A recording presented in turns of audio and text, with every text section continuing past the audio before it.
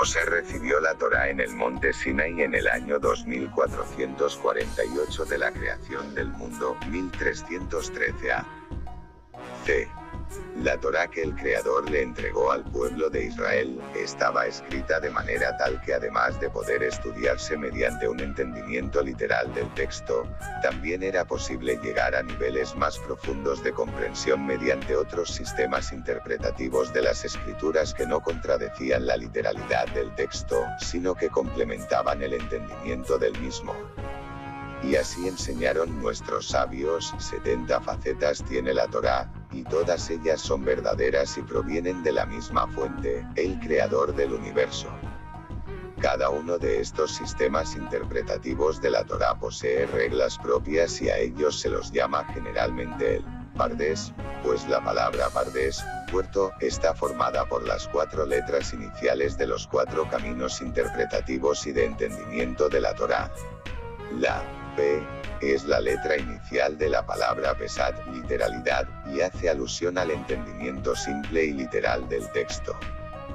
La Resh es la inicial de la palabra Remez, insinuación, y se refiere a un nivel de comprensión en donde las palabras y las letras son elementos que no necesariamente deben ser entendidos literalmente, sino que vienen a insinuarnos acerca de otras ideas y enseñanzas.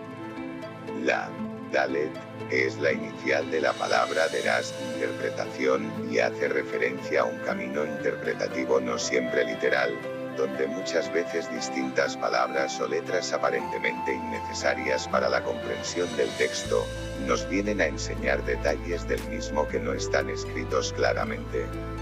Asimismo, otras enseñanzas son deducidas cuando en el texto bíblico, aparentemente, faltan letras o palabras que nosotros hubiéramos pensado que deberían estar escritas. Además, algunas veces aparecen letras escritas en un tamaño mayor o menor que el normal, y esto también es interpretado por nuestros sabios. Aún más, en algunos lugares del Tanaj, Biblia, la tradición oral nos enseña que ciertas palabras deben ser leídas en forma distinta a como aparecen escritas en el texto, y en estos casos, en los libros impresos se escribe la palabra original como realmente aparece escrita y se aclara que debe ser leída en forma distinta. La letra, Samej, es la inicial de la palabra Sod, secreto, pues este camino de entendimiento esotérico y místico, encierra los grandes secretos de Dios y de la creación del mundo. Después de la desaparición física de nuestro maestro Mosé, los sabios de cada generación comenzaron a interpretar la Torá mediante las 13 reglas interpretativas que Dios le enseñó a Mosé, véase el comienzo del Midrash Sifra. Estas reglas fijas de interpretación de las escrituras no estaban sujetas a distintas opiniones posibles de cualquier persona que quisiese entender los versículos de alguna u otra manera, sino que cada interpretación estaba sometida a una severa verificación por parte de todos los sabios. Las leyes sobre las cuales habían diferentes opiniones entre los sabios eran sometidas a votación en el Sanedrín, suprema corte rabínica compuesta por los 71 sabios más grandes de esa generación, fijando la halajá, ley de acuerdo con la opinión de la mayoría. Las enseñanzas de los sabios de las generaciones precedentes tenían el primer lugar en importancia, pero además eran aprendidas nuevas leyes, y eran decretadas nuevas legislaciones. Y así ocurrió en la generación de los Ansé Knesset Hagedolá, los 120 sabios de la Gran Asamblea, en el siglo IV a.e.c. Además, los sabios de la Gran Asamblea cerraron la época bíblica, decretando que a partir de ese momento ningún libro más podrá ser introducido a la Biblia, quedando de esta manera el total de los 24 libros que conforman el Tanaj, los 5 libros de la Torá, los 8 libros de los profetas y los 11 libros de los Ketubim, como detallamos a continuación. La Torá Pentateuco, Bereshit, Génesis, Semot, Éxodo, Vaikra, Levítico, Bamidbar, Números, Devarim, Deuteronomio, los Neviim, profetas, Neviim Risonim, primeros profetas, y Josué, Josué, Sofetim, jueces, Sh Muel, Samuel, Melahim, reyes, Neviim Aharonim, últimos profetas. Yesayahu, Isaías. Irmiao, Jeremías. Y Ezequiel, Ezequiel. Tereasar, 12. El último libro de los profetas se llama Tereasar 12 pues, en realidad, el libro consiste en una recopilación de 12 libros de profetas, que por ser muy cortos han sido reunidos formando un solo libro. Estos son los 12 libros: 1. Josea, Oseas; 2. Joel; 3. Amós; 4. Obadía, Abdías; 5. Joná, Jonás; 6. Miqueas; 7. Nahum; 8. Habacuc; 9. Sefanía; Sofonías; 10. Yagai; Ageo; 11. Sejaría; Zacarías; 12. Malaquías. Los Ketubim, Tehilim, Salmos; Iob, Job; Misle, Proverbios; Ruth, Sir Hashirim, Cantar de los Cantares; Coelet, Eclesiastés; Eja, Lamentaciones; Esther; Daniel; Esra y Nehemías, Esdras y Nehemías; Dibre Hayamim, Crónicas; la Misná. Como 500 años después de los Anshe Knesset Hagedolá, vivió Rabbi Yehudá Hanasí, S. 2. que a la edad de 30 años 80 años después de la destrucción del segundo templo sagrado de Jerusalén, fue instituido como jefe del Sanedrín. La destrucción del segundo templo, 100 años antes aprox, provocó que los sabios se dispersen, que cada vez hubieran menos alumnos, y también que hubieran más discusiones legales entre los Tanaim. Es por eso que él entendió que había llegado el momento de escribir la Torá oral, es decir, todas las enseñanzas que hasta ese momento fueron transmitidas en forma oral, para que no sea olvidada por el pueblo de Israel. Rabbi Yehudá Hanasí mandó a recopilar todas las palabras que enseñaron los sabios desde la época de Moshe Rabenu hasta sus días, y comenzó a escribir la Misná. Generalmente, en todas las halajot de la Misná aparece el nombre del sabio que enseñó esa halajá, llamado Taná, y cuando no aparece el nombre de ningún Taná, debemos entender que esa halajá está enseñada de acuerdo a la opinión del Taná Rabbi Meir. La Misná está dividida en 60 tratados ordenados en 6 sedarim, temas principales. Cada tratado está subdividido en capítulos, y cada capítulo está subdividido en halajot o misnayot. En general, la Misná es una explicación de las 613 mitzvot escritas en la Torá, y en ella están incluidas las leyes que Dios le transmitió en forma oral a Moshe, así como también decretos y leyes de los sabios. Estos son los 6 sedarim que componen la Misná. Seraim.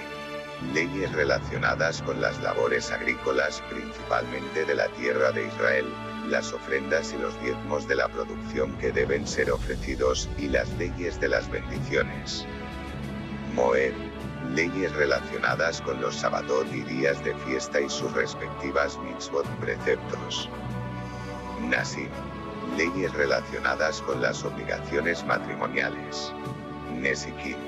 Leyes comerciales y judiciales. Kadasim. Leyes relacionadas con los sacrificios ofrecidos en el templo.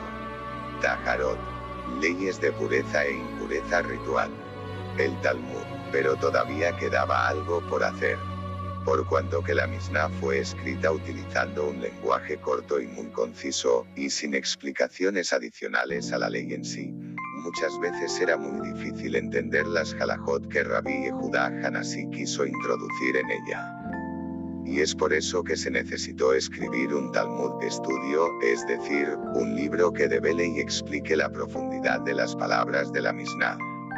En el Talmud no solo figuran distintas explicaciones sobre la Misná, sino también otras enseñanzas que los sabios posteriores a la época de Rabbi Yehudá Hanasí, llamados Amoraim o Emoraim, fueron aprendiendo.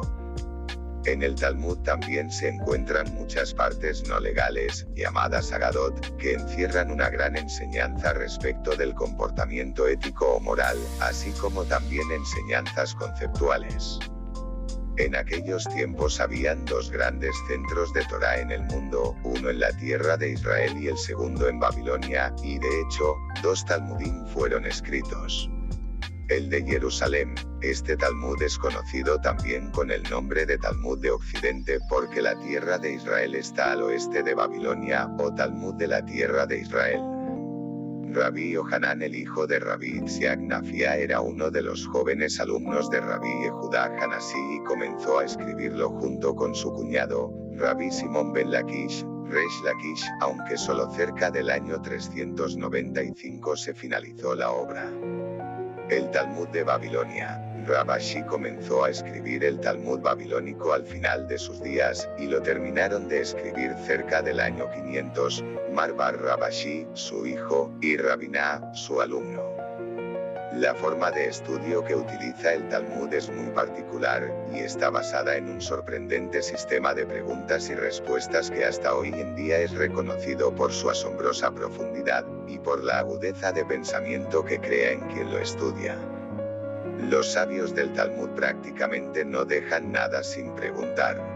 Cuando ellos consideraron que la Misná que se estaba estudiando contradecía o aparentaba contradecir a otra, ellos intentaban entender la diferencia existente entre ellas.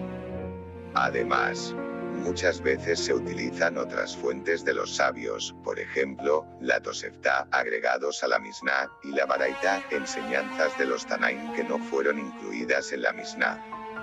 Todas estas fuentes son utilizadas por los Amoraim para complementar las enseñanzas de la Misná, o bien para contradecirlas, y llegar a una conclusión correcta en el estudio.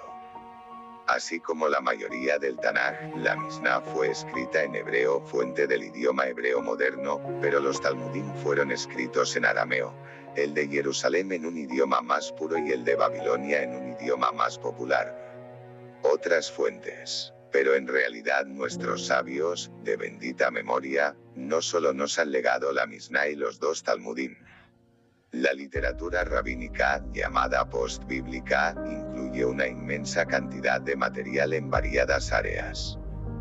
Los Midrashim son comentarios de nuestros sabios sobre algunos libros de la Biblia, y también existen distintos Midrashim sobre temas independientes. Los Midrashim se pueden dividir en dos grandes grupos. Midrashé Halajá, son los que hablan principalmente sobre temas legales, por ejemplo, Mejiltá, sobre el libro de Éxodo, Sifra, sobre Levítico, y Sifré, sobre Números y Deuteronomio. Midrashé Agadá, son los que hablan principalmente sobre temas éticos y morales, por ejemplo, Midrash Rabá, sobre los 5 libros de la Torá y las 5 Megilot, Sir Hashirim, Rut, Eja, Coelet, Esther Tanjumá, sobre la Torá, Soher Tov, sobre los libros de Salmos, Samuel y Proverbios Pesiktá, Tana de Beeliau, Pirkei de Rabbi Eliezer, etc. Entre muchos otros. Además, se han escrito distintas obras que tratan sobre asuntos relacionados con la Kabbalah, mística, por ejemplo. Sefer Yetzirah, atribuido a Abraham Avinu, S. 17a. C. Paréntesis que cierra. Sefer Abair, atribuido al Tanar Rabbi Nehunia ben Hakaná, S. Y Sefer Azohar, atribuido al Tanar Rabbi Simón bar Yochai, S. 2, y compilado por su discípulo Rabbi Abba. En general, esta obra está escrita siguiendo el orden de la Torá, pero también contiene varios subtemas. Los Saboraim y los Geonim.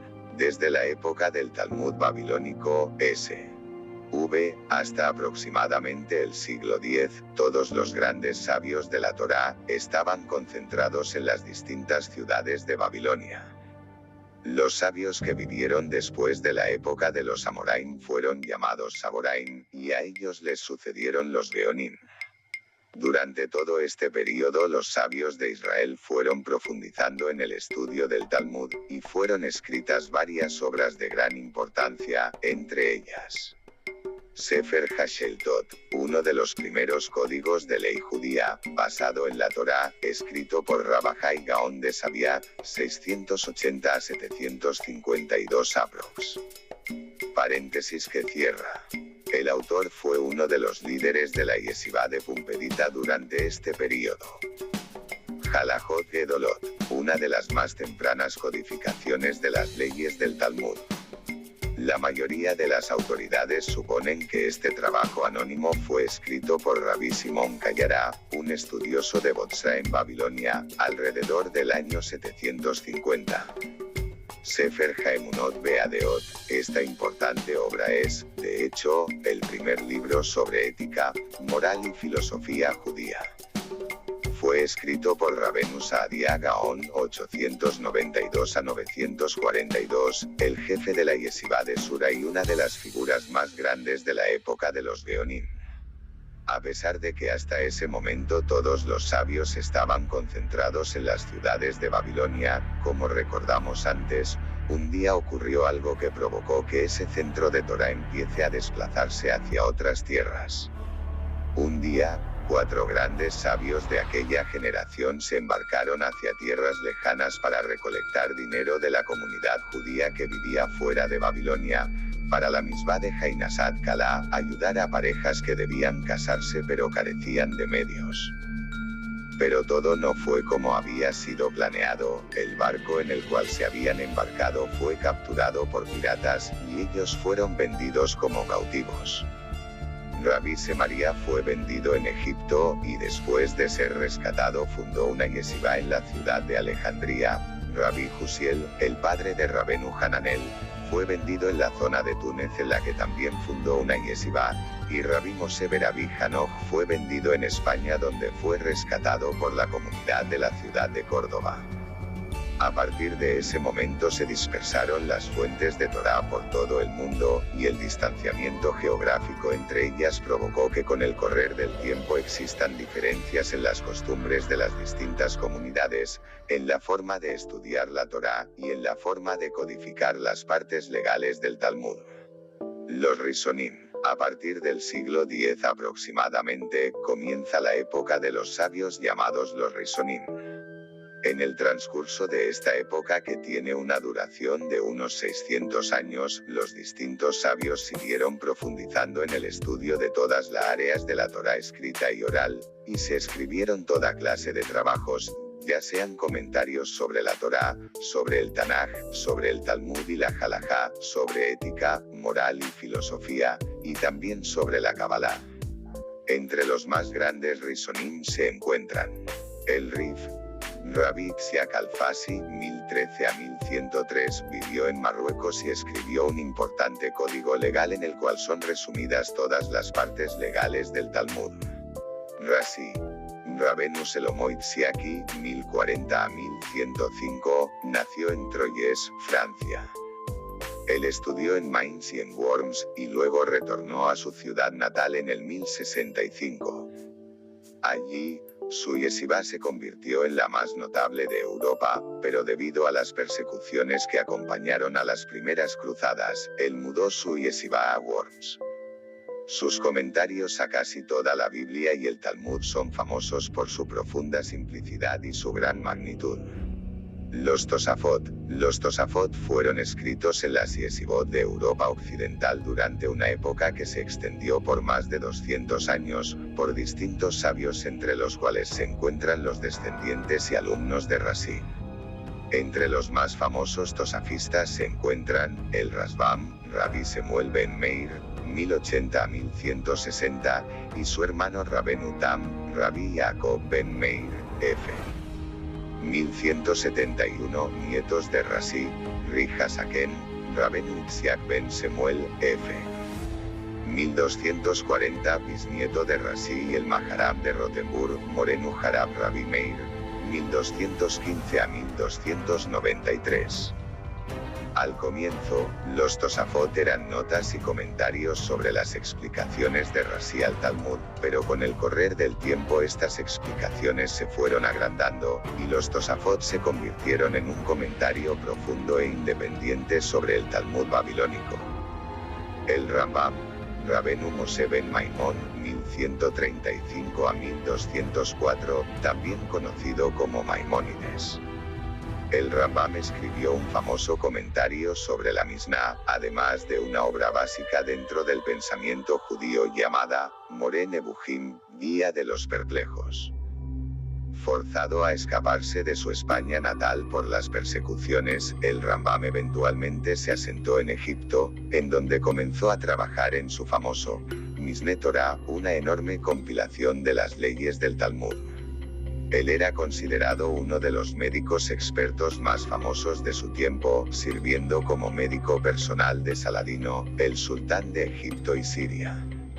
El Rosh Rabenu Asher ben Yehiel, 1250 a 1327. El Rosh nació en Alemania, y allí estudió junto a su maestro el Maharam de Rothenburg, hasta que llegó a ser uno de los más grandes sabios de su generación. Luego se trasladó a la ciudad de Toledo, España, donde fue recibido con gran júbilo por toda la gente, y allí se desempeñó como rabino y juez supremo de la corte rabínica de esa ciudad, hasta su fallecimiento. El Rosh escribió varias obras entre las que se encuentra una imponente codificación de todas las partes legales del Talmud. Rabbi Yaakov Baal HaTurim, Rabbi Yaakov ben Asher, 1275 a 1348, fue uno de los hijos del Rosh y en el campo de la halajá escribió una monumental obra llamada Arbaat Turim, 4 columnas, pues está dividida en 4 partes. Orach Haim, leyes relacionadas con las obligaciones diarias, de los Sabatot y de los días de fiesta. Y Oredea, leyes relacionadas con distintas clases de mitzvot, por ejemplo, kashrut, pureza familiar, duelo, etc. Eben Haezer, leyes relacionadas con las obligaciones matrimoniales. Yoshen Mishpat, leyes comerciales y judiciales. La generación de la transición. Más de 1000 años habían pasado desde que se escribió el Talmud, y a pesar de que en su momento todos los judíos del mundo aceptaron los dictámenes legales del Talmud, mucho se había escrito respecto de ellos, y eran tantos los libros que la persona debía estudiar para llegar a una conclusión legal clara, que eso era prácticamente imposible para la mayoría de las personas. Pero la misericordia divina nunca ha abandonado a su pueblo Israel, y es por eso que en ese tiempo, nos mandó a uno de los más grandes sabios que nuestro pueblo ha conocido. Rabbi Yosef Karo nació en Toledo, España en el año 1488, y por el exilio del año 1492, se trasladó con su familia a Portugal. Después de pasar por varias ciudades, y adquiriendo una reputación mundial como autoridad en la ley judía, se asentó en la tierra de Israel, donde sirvió como rabino de la ciudad de Safed, falleciendo en el año 1575. Al ver el enorme legado que nos dejaron los Rishonim, Rabbi Yosef Karo decidió escribir su recopilación como un comentario al libro Arbaat Turim, y lo llamó Bet Yosef. Este libro es considerado uno de los clásicos más importantes de la ley judía. Más tarde decidió escribir el Shulchan Aruch, que es un resumen de todas las conclusiones legales que escribió en el Bet Yosef. Sin embargo, como explicamos anteriormente, el distanciamiento geográfico entre las distintas comunidades judías del mundo provocó que con el correr del tiempo existan diferencias en las costumbres, en la forma de estudiar la Torá, y en la forma de codificar las partes legales del Talmud. De hecho, en las tierras del Oriente Medio, Noráfrica y España fueron más consideradas las opiniones del Rif, del Rambam y del Rosh, mientras que en las comunidades de Europa tomaron más en cuenta las opiniones de Rashi y los distintos Baalei Tosafot, y es por eso que al ver que los dictámenes del Shulchan Aruch no coincidían siempre con las costumbres de los judíos Ashkenazim, Rabbi Moshe Isserles decidió completar la obra de Rabbi Yosef Karo, escribiendo sus dictámenes no como un libro por separado sino en forma de notas sobre el Shulchan Aruch. El Ramá, Rabbi Moshe Isserles fue una de las autoridades halágicas más grandes de su tiempo. Él nació en Cracovia en el año 1540, y se convirtió en uno de los miembros de la corte rabínica de esa ciudad apenas a la edad de 25 años. Al ver la monumental obra de Rabbi Yosef Karo en sus libros Bet Yosef y Shulchan Aruch, él consideró que ya no existía la necesidad de escribir un resumen general de todo el proceso halájico partiendo desde las fuentes talmúdicas, y es por eso que solo escribió sus dictámenes en forma de breves notas llamadas Darje Moshe, sobre el Tur y el Bet Yosef, y Mabab sobre el Shulchan Aruch. Rabbi Moshe Isserles falleció a la edad de 33 años en el año 1573. Pero en esos tiempos no solo vivieron estos gigantes de la Torá. Esa generación también conoció al gran maestro de la llamada Kabbalah moderna. El Arizal, Rabbi Yitzhak Luria Ashkenazi, originario de una familia polaca, nació en Jerusalén en el año 1534. A la edad de 8 años fue reconocido como un prodigio, sobrepasando a todos los rabinos de Jerusalén en sus conocimientos.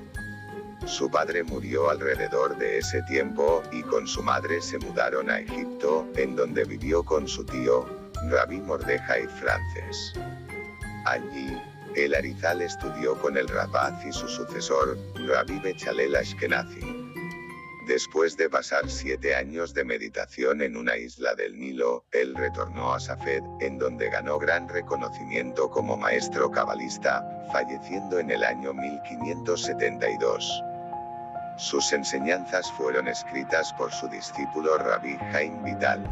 Los Aharonim, los sabios que vivieron a partir del siglo XVI y hasta nuestros días son los llamados Aharonim. Al igual que los Rishonim, los Aharonim se han dedicado al estudio de todas las partes de la Torá. Entre los últimos sabios con los que ha contado nuestro pueblo, se encuentran Rabbi Yosef Haim. Este gran sabio y cabalista nació en el año 1835, y vivió en la ciudad de Bagdad, falleciendo en el año 1909. Entre sus numerosas obras cabe mencionar una síntesis de las leyes del Shulchan Aruch llamado Ben Ish Hai, y un libro de preguntas y respuestas llamado Rab Pealim. El Hafetz Haim, Rabbi Israel Meir Cohen, 1839 a 1933.